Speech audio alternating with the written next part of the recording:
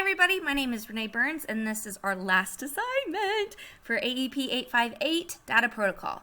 And so here's what I've come up with. This image I found that was empty, so I just added in my steps that I felt were necessary. A lot of this is from the Bernhardt system in one of our modules, and I added two little parts that I felt were important. So when I start with analyze information, that's here, and then the part that I kind of felt was necessary to add was the synthesize and prioritize. This part right here sometimes is overwhelming. So this kind of lets us prioritize what is going to have the greatest yield on improvement, achievement, and we move forward with this one. Then we have our action plan, implementation. Those two go together nicely.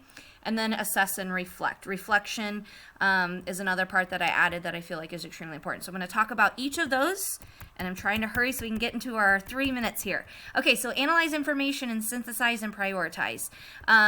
So analyze information is when we're looking at the variations, similarities, a lot of, I call it Excel, but the one that we did on the assignment with the Excel sheet, that was amazing. And so this would be a great place to do that, where we take notice, where we're noticing things. Where are we now, the current situation, make a general statement, make a decision, what do we want?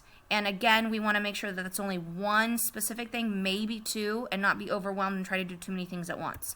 Action plan and implementation. This is where teachers are kind of left out to dry. They don't have a lot of guidance in this area. And as a mentor teacher, this is what I try to focus on is how are we going to do this? And so a specific action plan where we're explicitly laying out the steps or the intervention or whatever it is that we're doing, we have to lay it out. We have to have a timeline of when we're going to do progress monitoring. So this is the huge piece that I feel like is missing a lot. So how do we get what we want? Short and long-term goals. What strategies, modifications, structures.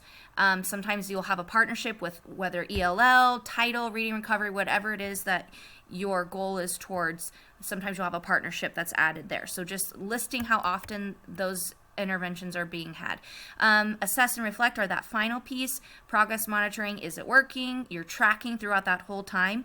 I don't like using one lousy assessment to make a lot of decisions based on that. So I think tracking is huge, where it's in a daily tracking system or weekly, so that you really get a good idea of what to be looking for.